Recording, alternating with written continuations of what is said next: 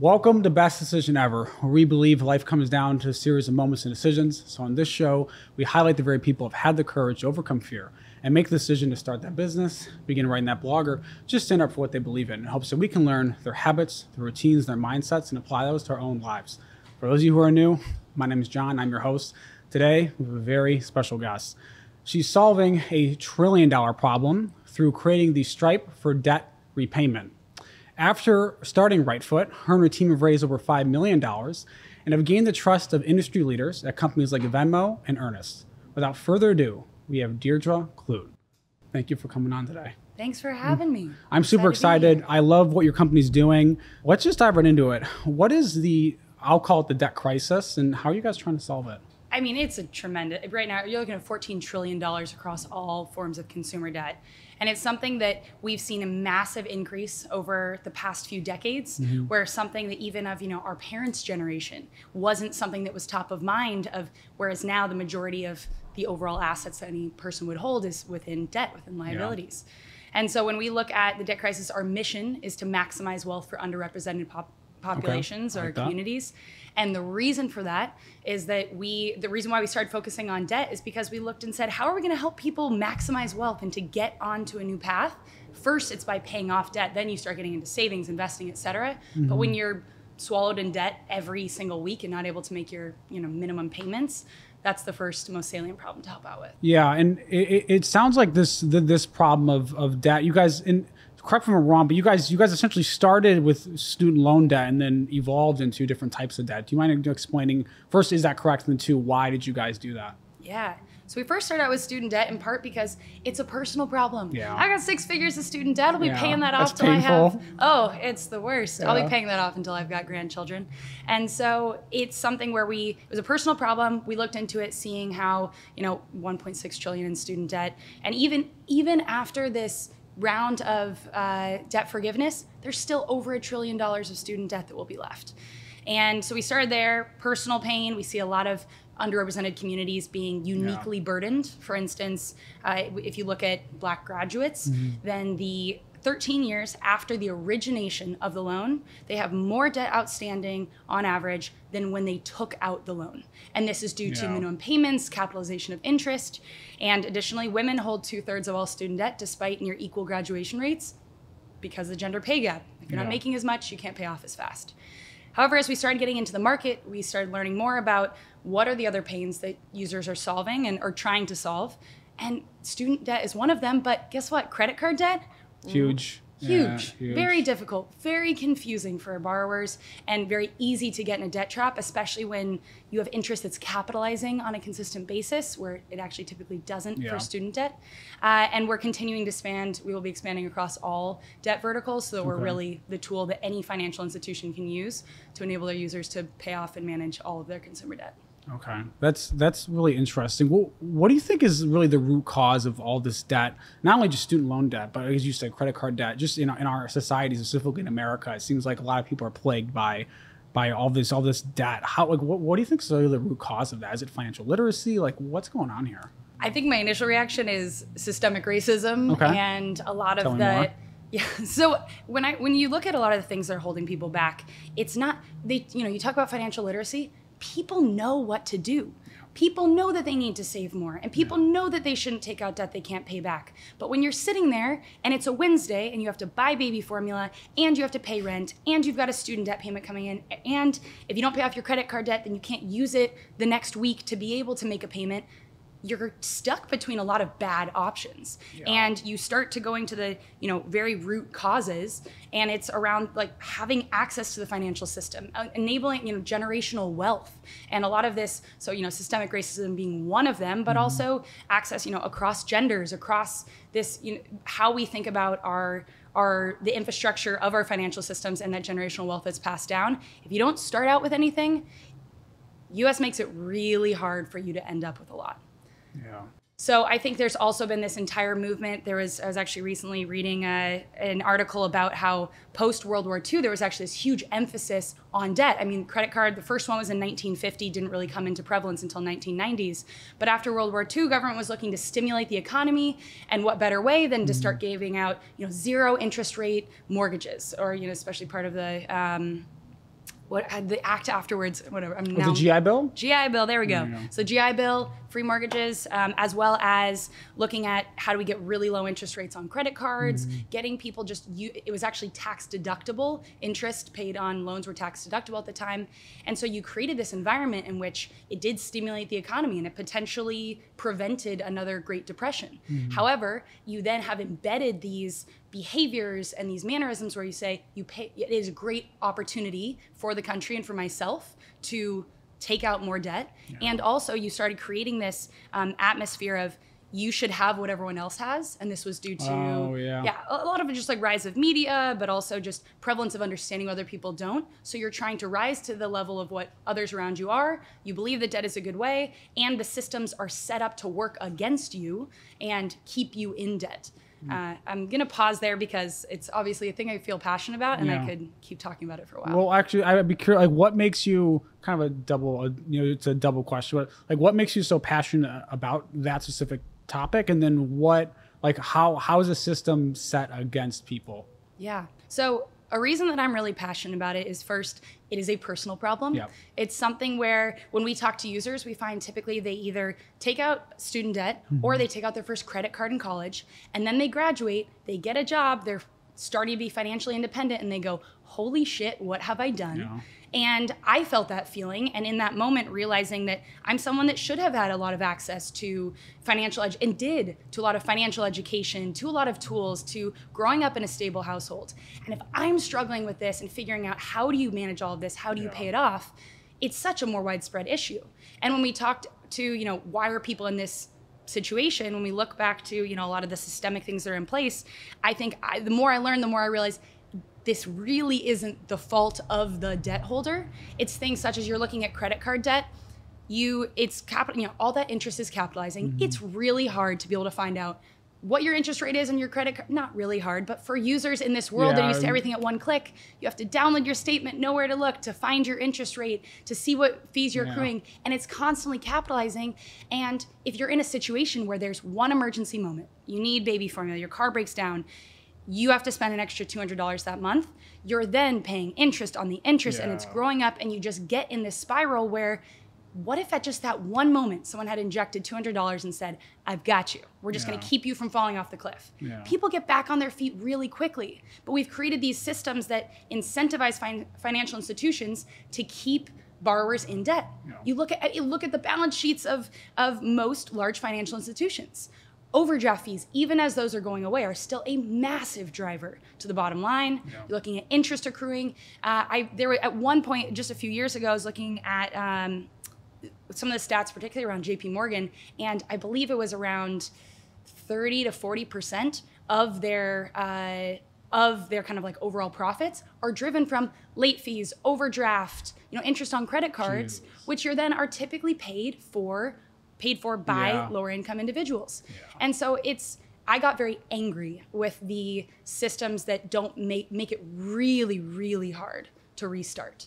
And so when I look at, why I'm excited to be, leading Rightfoot along with our team, is to be able to change this such that we are the lifeline of saying, hey, here's one step in the right direction to help people turn around their life and, get on the right foot. I like that. Yeah, so that's why I'm passionate about it. I absolutely love that. I'm curious, how much of this do you think is more of a, like, once someone takes out the student loan debt, or once someone makes that first credit card payment and they can't really afford it, how much of then is it just like almost like mental conditioning of like, oh, it's okay to take out debt? You almost get used to having debt, right? Like, how much of this issue is people just almost just being used to having debt because like their uncle's got debt, or like their sister Susie's got debt, and it just always becomes this like normalized thing? So that's an interesting angle. I think what I typically see more is actually users hating debt and thinking debt is just blanket bad. And the scary thing about this thought for me is, we were talking about a bit earlier, there is good debt and there is bad debt.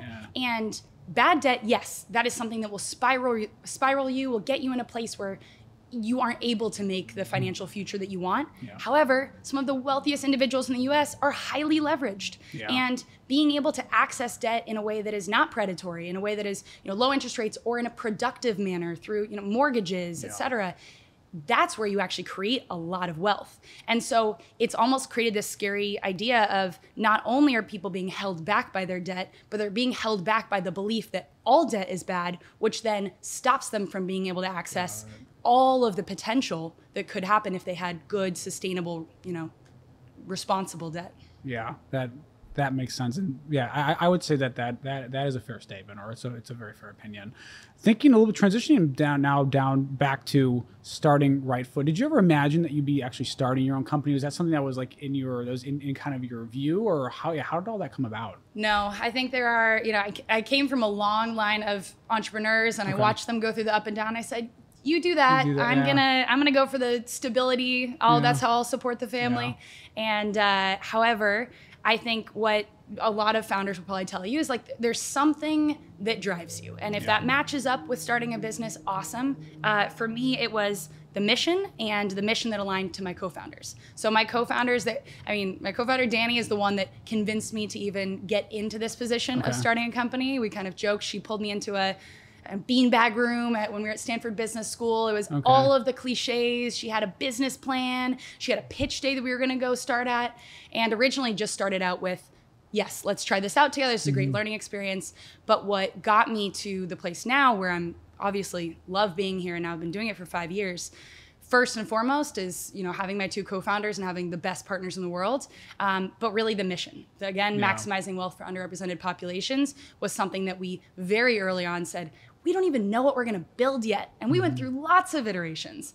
But that having that North Star and having that be the thing that we were always aligned to, I figured if I spend 10 years of my life on this, 20 years of my life on this, and I wake up and there are communities of people in the US that are better off financially, that are now able to, pass on their own wealth to future generations because of some of the impact that I had on the financial system, that'll be 20 years well spent.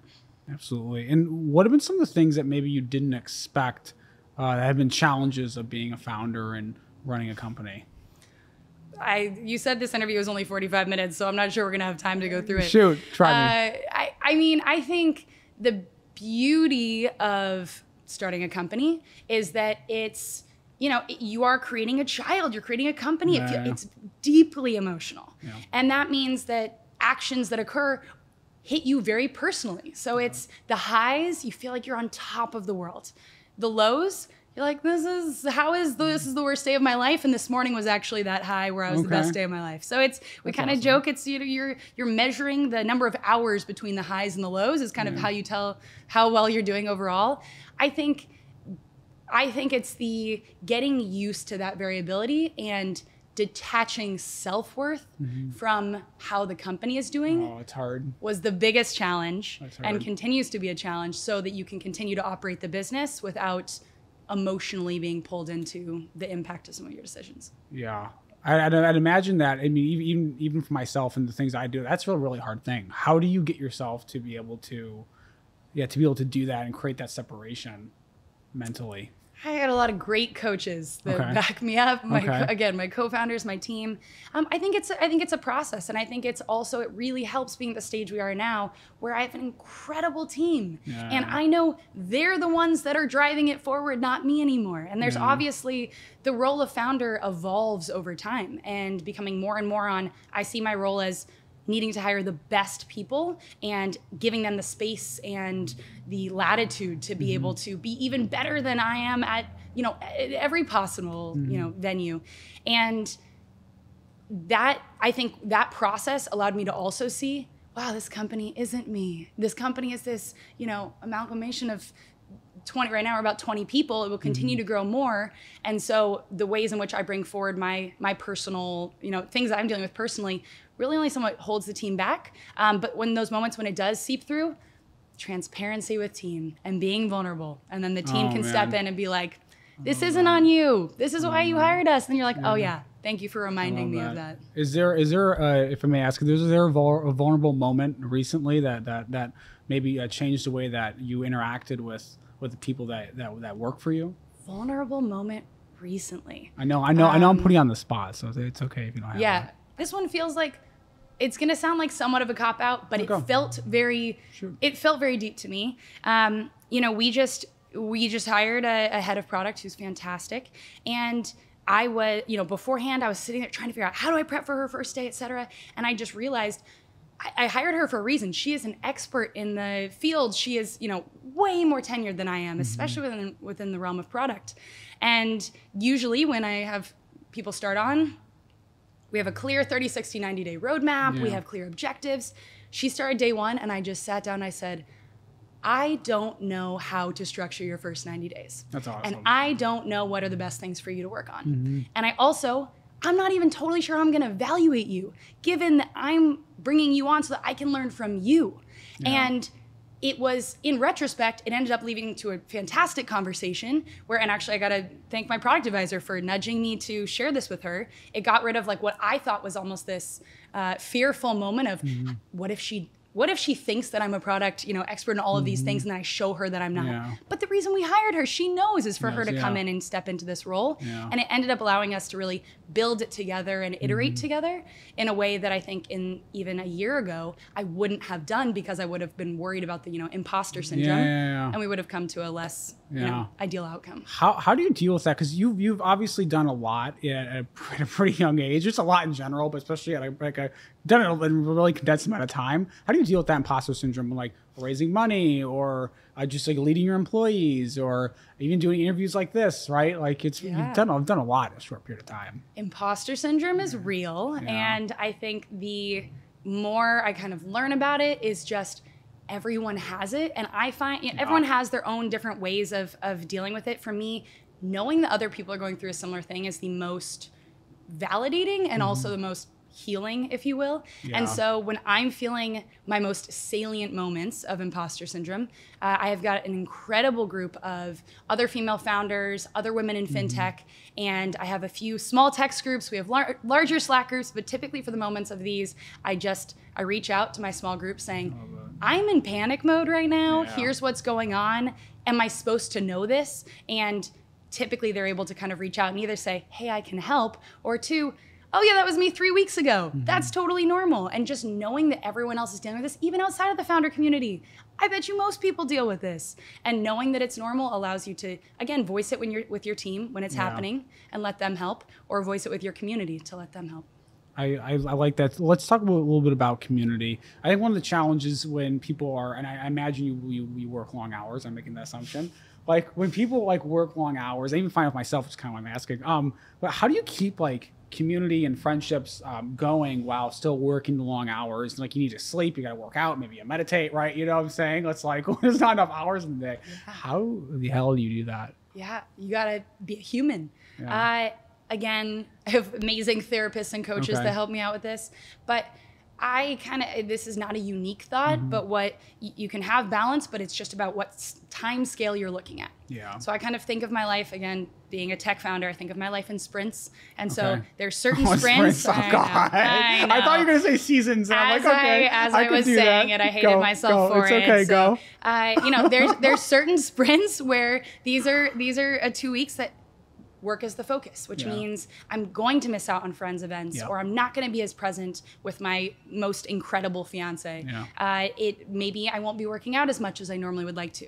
And there's other periods where I realize that I'm not as mentally sharp as I could be because I've had maybe one of those burnout sprints where I'm working too much.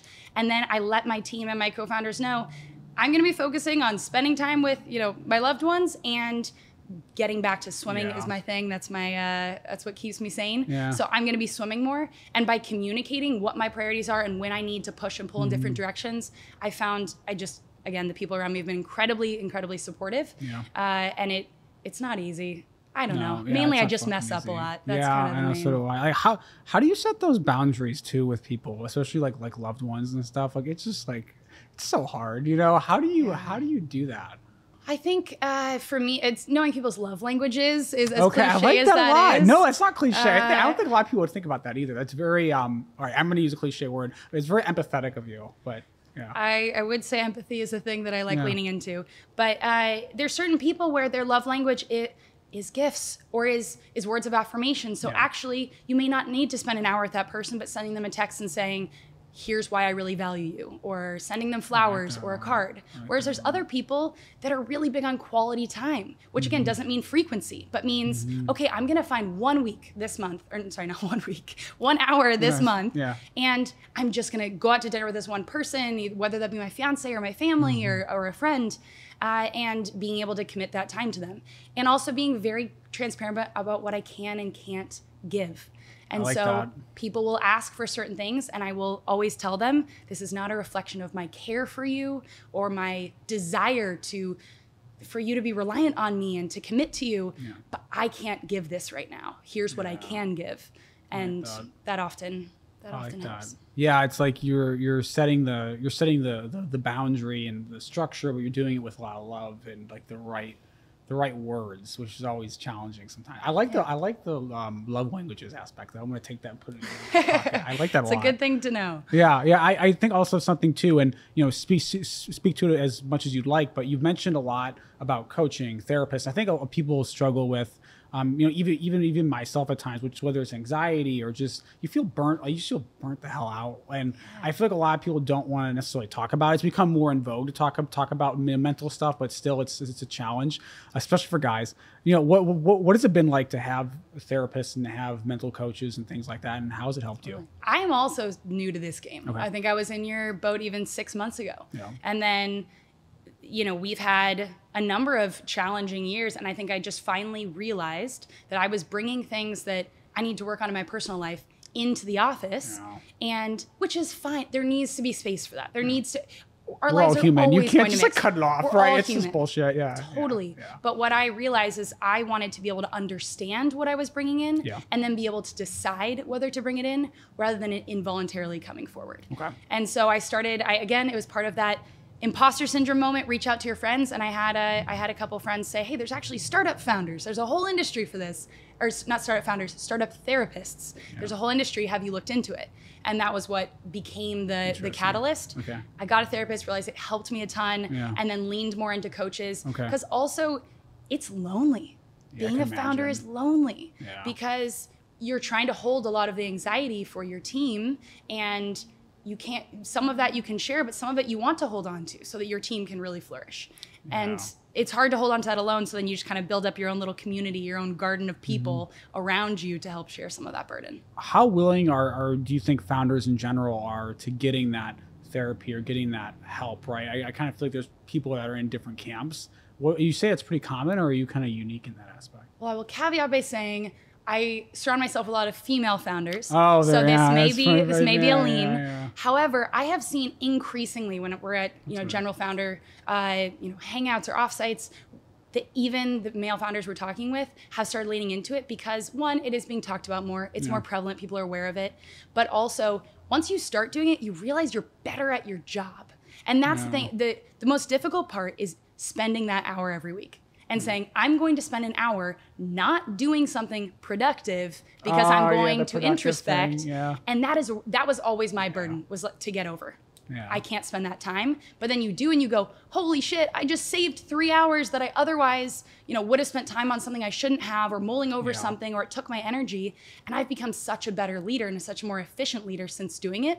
But it takes some kind of, you have to, what's it called? Sustain disbelief? No, I'm not forgetting what Suspend disbelief? Suspend disbelief. Literally the opposite. You have to suspend disbelief for a second. Enable you to take the dive. You know what I mean? That's so awesome. This is a classic founder moment. Is my mind's in a million places. It's all right. No, I absolutely love that. It's just like, that's something I've struggled with too. Is like, if things aren't productive, right, all of a sudden it becomes like not worth doing. I can just suck the life out of life by doing that.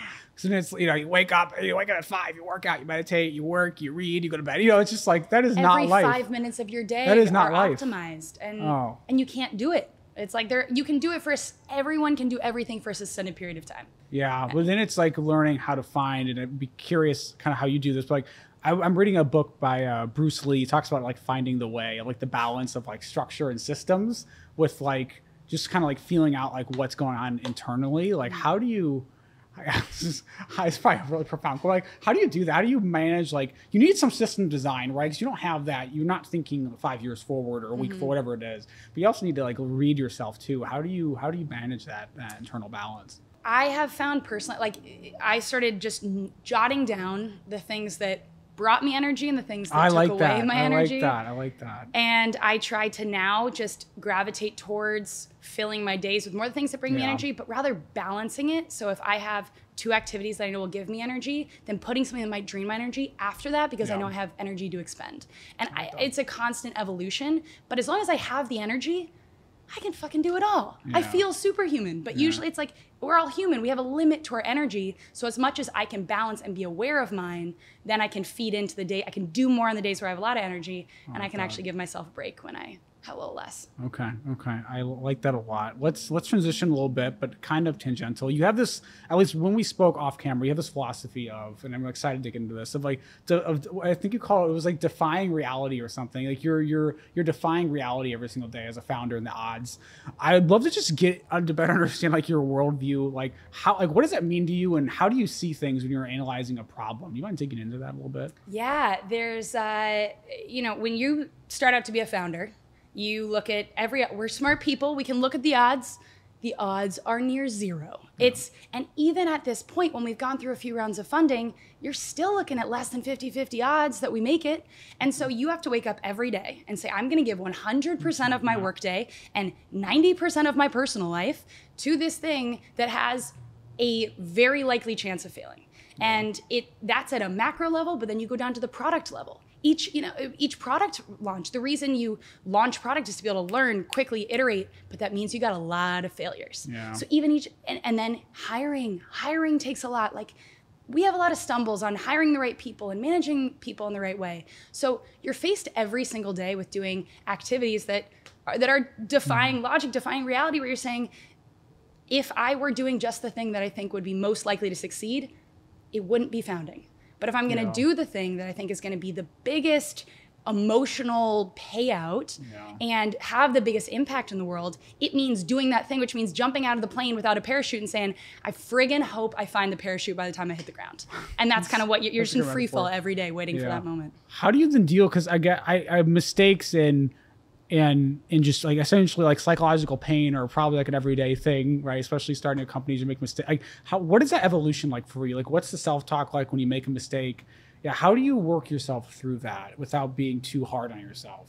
Yeah, talk to me in a decade and I might have an answer for you on that. I think this is all about just what's helpful for me is sometimes looking back on where I was as a founder 5 years ago, where I was as a manager a year ago, and seeing how much change there's been. I look back and I'm able to measure myself against, I had a hard problem 5 years ago that I didn't know how to solve, a brand new thing. And I remember how salient the pain was in that moment.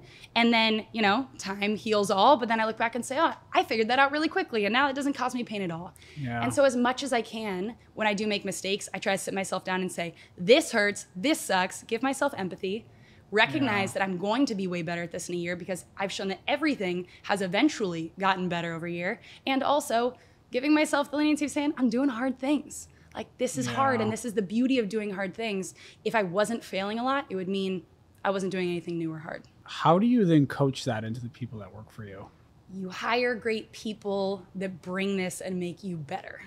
I have found that with the people, a number of the people we've hired, and there's also, I'll say there's 2 different types. You kind of there's this idea of rock stars and superstars. And there's part of your team that needs to be like constantly striving bigger, better things, really new. Like they're going to be changing roles every 1.5 to 2 years, but they want to be, always on the new and cutting edge. And there's people who say, I'm actually really happy with where my career is. I want to be steady in this space. It does not mean you're not growing, but it means maybe you're not jumping into new areas or new lines of business. You're saying, I'm going to be the institutional knowledge. I'm going to be the thing that carries this team through the other change of the team members that are jumping around more. So I think there's part of our team, which they're there just to make sure that the boat stays afloat to be able to make everyone else better and more efficient around them. But then we do lean into hiring people, and we typically, it's in how we ask our interview questions, and we are very, very thoughtful about our interview. And I think it's a much longer process than most startups because we want people that come in and we don't have to teach them how to, take that jump without a parachute. Yeah. But they come in and they'd be like, so I've been jumping without a parachute for the last 10 years and your plane looks great. I'd love to jump out of yours with you. And that's the type of people that then even make me better and push my boundaries more on how we can keep expanding our innovation and our, big thinking. Okay. I like that a lot. So it sounds like hiring the right people and then just having the right values in place. Okay. Values. I didn't even mention that, but I love that. Let's talk about values. Yeah. Let's talk about values. Let's do it. What are the values that are most dear to you? And then how do you then weave them into your everyday life, into your company? So I'll actually just focus on business values. I probably should have my personal values in touch, but that one needs more therapy. You don't have a straight list? Come on. Okay. I'll have that for you next time I see you.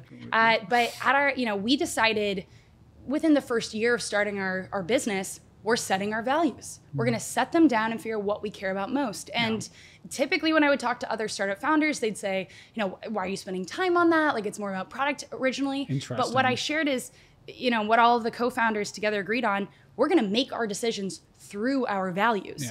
Make our decisions on hiring, on like anytime you have tough, 49-51 type decisions on even what type of product you build.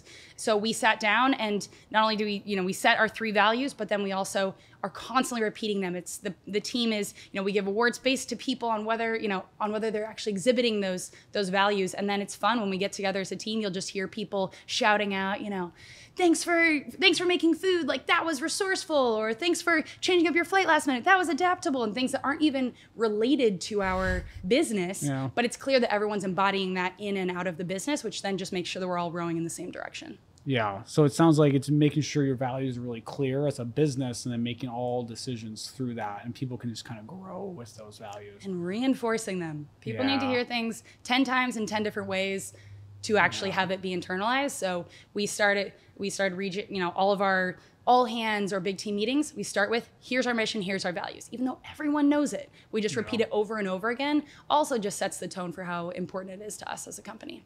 And how do you then keep especially as your company grows, and obviously as your company grows, you have to grow as a person. How do you keep the long term, and we can say long term is 3 to 5 years, 10 years, whatever you want to say, but also just keep grinding in the short term? How do you keep both? Because I feel like a lot of people can get really deep into like the mud, but then they don't see the clouds, or vice versa. How do you do both?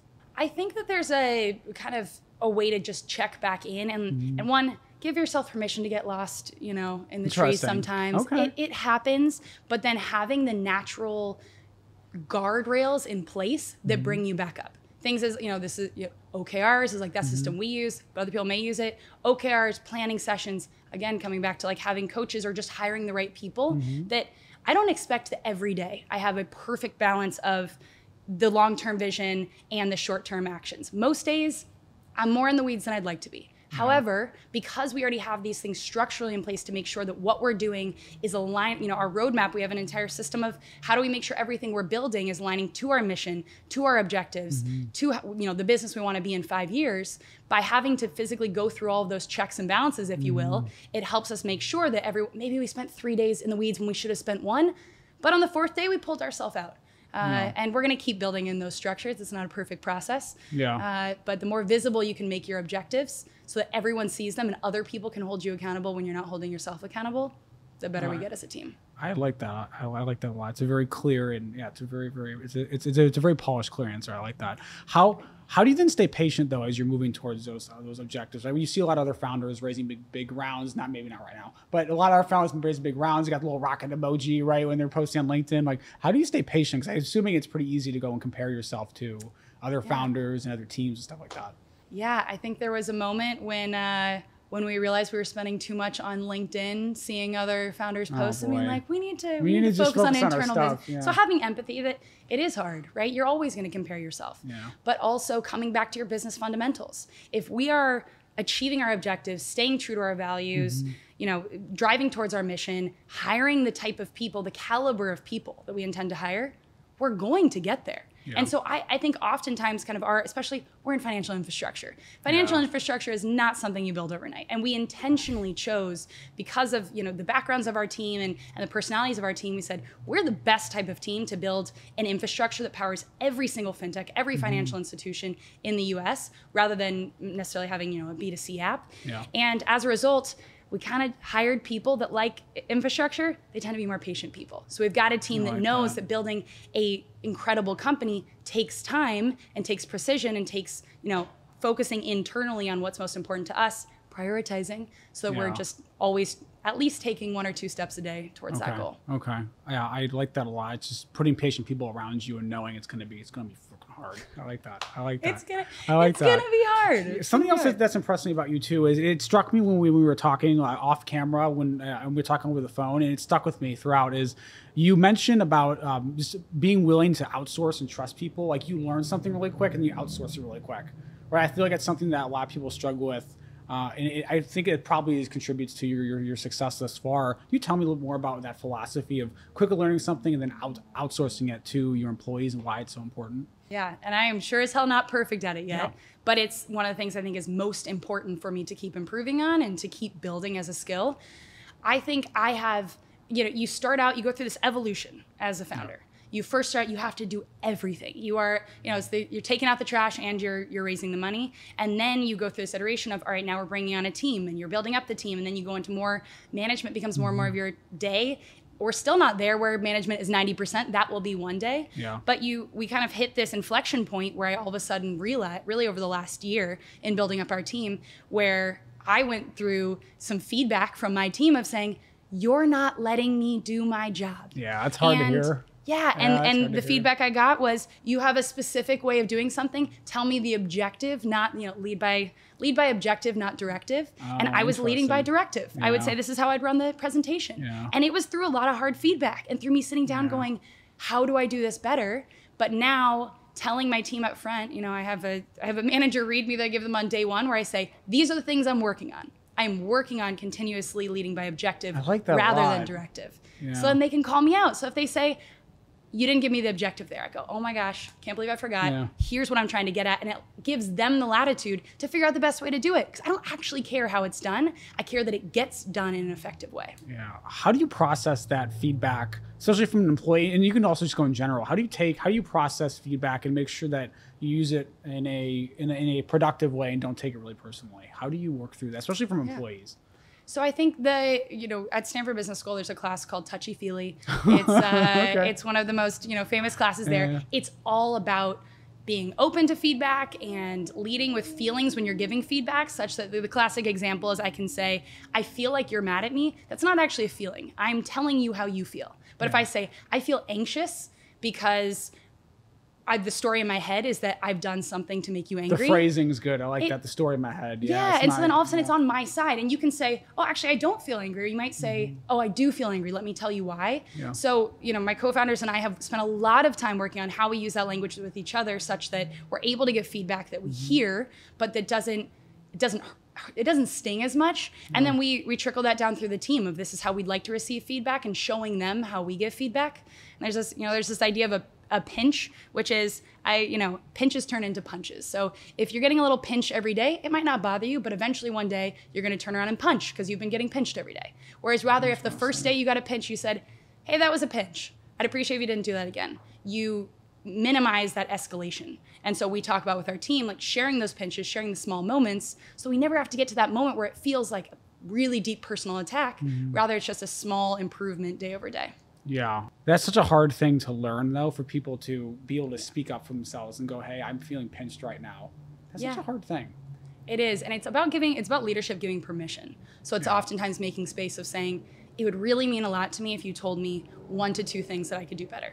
Could you come back, and whatever format you're most comfortable with, could you come back and give me that feedback? And I'm not always perfect at remembering to do that.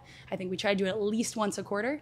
But my ideal state is in which at each one-on-one, it's taking time at the end saying, I'm actually asking you for feedback. I'm not asking if you have it. I'm asking what is it? So that they have to come up with something. And I think if you give people 1 or 2 minutes to think of something that you maybe pinched them on, they can usually come up with something, even if it's small. Yeah. But that's what helps it. That's so hard to share, though, with like a senior leader. Like, that's so hard. Like, I like to think I'm a confident dude. Like, I have a hard time like doing that with like my senior manager. Some stuff I'm okay with, but like certain stuff like it's like really.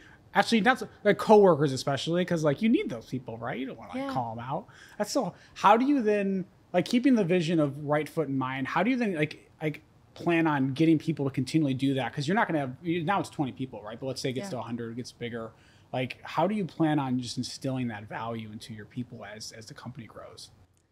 Part of this is I'm going to say, I don't know yet. Yeah. But what the kind of philosophy I have is that your initial employees are the ones that carry forth the culture and the values, and that early on it's the founder's responsibility, but then you get to a point at which you don't know everyone and you're not interacting with them, in which case you're putting trust in the people that you hired and you worked closely with to keep working through that. So it's things like we have one of our, our first employee who saw how much we care about feedback, and then he started sending out to the company saying, everyone's doing feedback. I'm sending you 2 names. You've got to go send them feedback. You have until Friday. And it starts just trickling down, and everyone finds different ways. Someone said, hey, I'd prefer if it was anonymous first as we build trust. So we built an anonymous feedback tool. But because everyone hears that everyone cares about it, it enables people to come to the table and say, this is important for the company, so I have to figure out what my communication channel is, and giving people the freedom to choose their communication style, not telling them how I would give or receive feedback. Yeah. And it sounds like that process could scale pretty well too if you get bigger and bigger and just give. Let's talk in a few years. I've got no idea. And that's like the beauty and the pain of startup life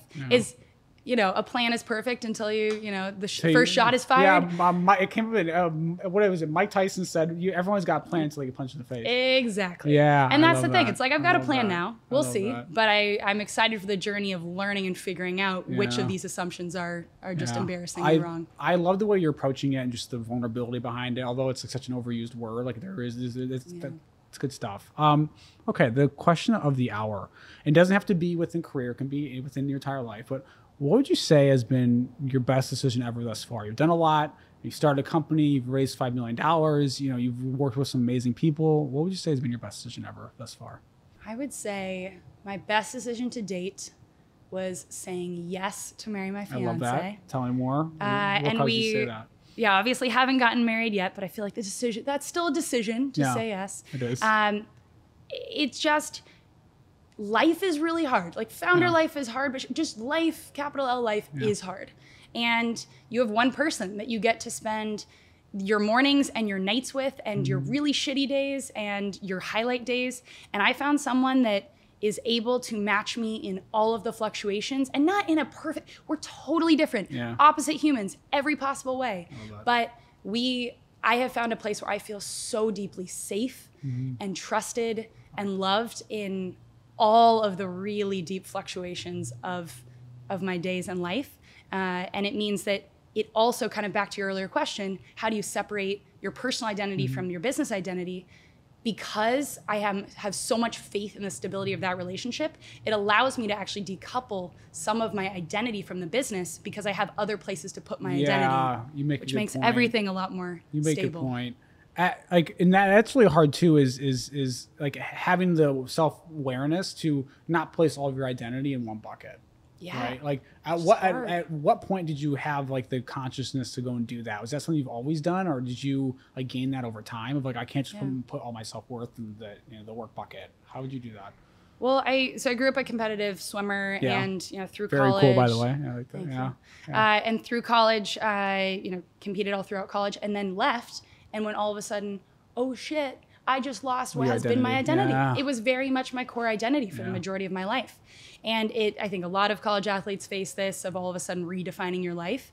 And I remember someone bringing, there was some article or podcast that had this identity of multiple stools of your table. And what are your stools? And what are if one falls out, are your other 3 going to keep you up? And it started just making me think, how do I get more stools? Family obviously is one that's there, but at the time it was only family, and they were on the West Coast, I was on the East Coast. And so I've spent the last 10 years trying to figure out how I build up more of those pillars. And even when you think about, again, my fiance, best decision of my life, but also make sure that he's not the only pillar in my life. And so that even if that one were to stumble for a bit, I could rely on the other ones that are surrounding me. I like that. Do you have like a specific process, maybe like weekly you check on the pillars or anything like that? Do you have anything that you got like some secret sauce that you check on that? Oh, wouldn't that be great? I think it's again, going back to almost, when you have really hard times, noticing where I'm spending my energy or what's holding me afloat.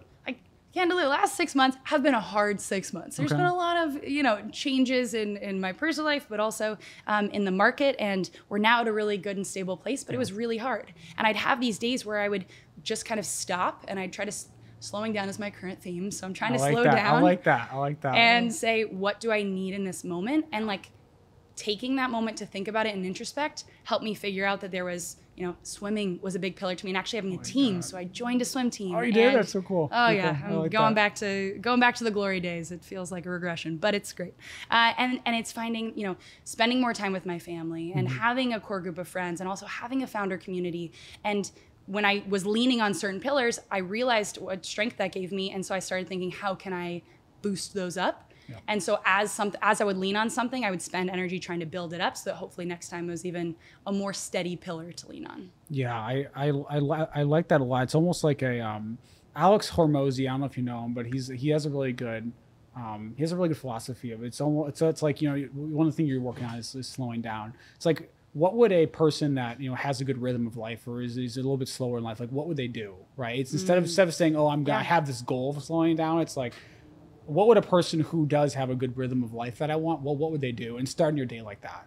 Yeah. Right? It's such an interesting. It's hard. It's hard, man. But the best days I have are the ones where I sit down and I say, again, not a new thought, but if I got 3 things done today, what would they be? And it's so cliche, but the days that I do that, I get the 3 things done. Yeah. And the days that I don't, I get to the end of the day and I say, I did so much, and yet I didn't do the core things, which means I now have to stay up later. I miss a dinner, with my loved ones. I can't work out, etc.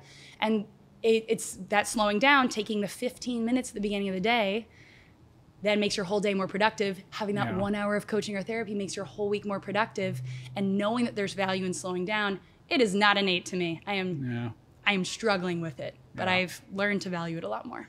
Absolutely. I love that a lot. And before we ask the final question, where can people find you? So people can find me on LinkedIn, on Twitter. It's kind of where I'm most active. My Twitter handle is Deirdre Clute. I'm the only Deirdre Clute on the internet. So you type in my name. If you can spell it correctly, you'll probably end up finding me. I love it. And also, I believe it's rightfoot.com. That is the more important piece. Rightfoot.com. I've got also our APIs are right there. You can go ahead and try them on out. Such a cool product. Always hiring. Such a cool product. I love it. And so we're always hiring. So also please reach out if you're interested. Awesome. Thank you. All right. Final question. What advice would you give Deirdre to someone that's on the other side of a big decision? Maybe they want to start their company, they want to move across the country. Maybe they're, deciding, where to put their money. What advice would you give to someone that's on the other side of a big decision? Ask for help. Okay. Even if it feels like an embarrassing question, or you're worried, even if founders, early ideas, you're worried someone's going to steal it. A company, 99.9% of it is execution, not the original idea. The more you can ask for help, the more you allow people to come in, give you extra resources, break down some of the barriers that you may be facing so that you actually have the best chances of succeeding. I love that. Ask for help. I love it. You've been amazing. Thank you so much for coming on the show. Thank you so much for having me. Seriously, this has been so much fun. Thank you guys for watching. Ask for help, and I'll talk to you soon.